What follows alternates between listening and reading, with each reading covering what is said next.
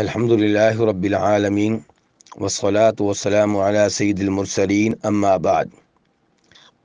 کئی لوگ میت کے فوت ہونے کے تیسرے دن لوگوں کو جمع کرتے ہیں اور ان سے قرآن خوانی کا مطالبہ کرتے ہیں۔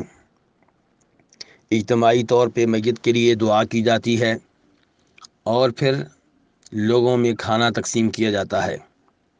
ایسا تیسرے دن بھی ہوتا ہے، 7ویں دن بھی کئی لوگ کرتے ہیں اور 10ویں دن بھی بہت سے لوگ کرتے ہیں، اور میت کی فوتگی کے 40ویں دن بھی ایسا ہوتا ہے، اور پھر میت کی برسی کے موقع پہ بھی ایسا ہوتا ہے۔ تو گزارش یہ ہے کہ میت کی طرف سے صدقہ خیرات کرنا بہت اچھی بات ہے۔ جب بھی موقع ملے میت کی طرف سے صدقہ خیرات کیا جائے۔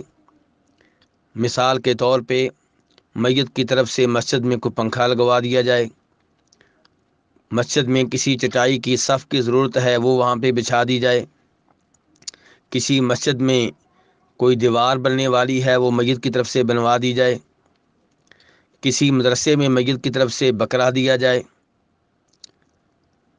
لیکن میت کی طرف سے صدقہ خیرات کرنے کے لیے کوئی دن متعین کرنا کہ ہم نے یہ کام میت کی فوتگی کے تیسرے دن کرنا ہے، یا 10ویں دن، یا 7ویں دن، یا 40ویں دن، یا برسی کے موقع پہ، یہ تعیین، یہ تحدید بالکل غلط ہے اور شریعت میں اضافہ ہے۔ اور پھر اس کام کے لیے لوگوں کو جمع کرنا اور اس موقع پہ اجتماعی طور پہ دعا کرنا میت کے لیے، اور پھر لوگوں سے یہ مطالبہ کرنا کہ میت کے لیے قرآن خوانی کریں، 1 سپارہ پڑھ کر 2 سپارے پڑھ کر میت کو بخشیں، تو یہ سب چیزیں دین میں اضافہ ہیں، نبی علیہ الصلوۃ والسلام سے ثابت نہیں ہیں، اور آپ کے صحابہ کرام سے بھی صحیح سند سے ثابت نہیں ہیں۔ میت کی طرف سے صدقہ خیرات کرنا ثابت ہے، لیکن اس کے لیے تحدید کرنا، کوئی دن مقرر کرنا، لوگوں کو جمع کرنا اور جمع کر کے کوئی خاص پروگرام کرنا وغیرہ، یہ چیزیں نبی علیہ الصلوۃ والسلام سے ثابت نہیں ہیں، ان سے بچنا چاہیے۔ جب بھی موقع ملے کوئی دن مقرر کیے بغیر میت کی طرف سے صدقہ خیرات کرنا بہت اچھی بات ہے۔ اور پھر میت کو قرآن پاک پڑھ کر بخشنا، یہ بھی قرآن و حدیث سے ثابت نہیں ہے۔ میت کو ثواب پہنچانے کے لیے وہ کام کیے جائیں جو قرآن و حدیث سے ثابت ہیں، اور وہ کیا ہیں؟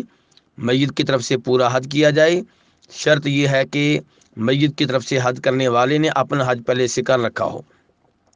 ایسے ہی عمرہ کیا جا سکتا ہے، میت کی طرف سے میت کی طرف سے صدقہ خیرات کیا جا سکتا ہے، میت کے لیے دعائیں کی جائیں، لیکن قرآن پاک پڑھ کر بخشنا، سورہ یاسین پڑھ کر بخشنا، سورہ بقرہ پڑھ کر بخشنا، سورہ فاتحہ پڑھ کر میت کی روح کو ثواب پہنچانا، یہ سب چیزیں نئی ہیں، نبی علیہ الصلوۃ والسلام سے ثابت نہیں ہیں، اور ان سے دور رہنا چاہیے۔ اللہ تبارک تعالی ہمیں قرآن و حدیث پہ عمل کرنے کی توفیق عنایت فرمائے۔ وصلی اللہ تعالی علی نبیہ محمد وآلہ وصحبہ اجمعین۔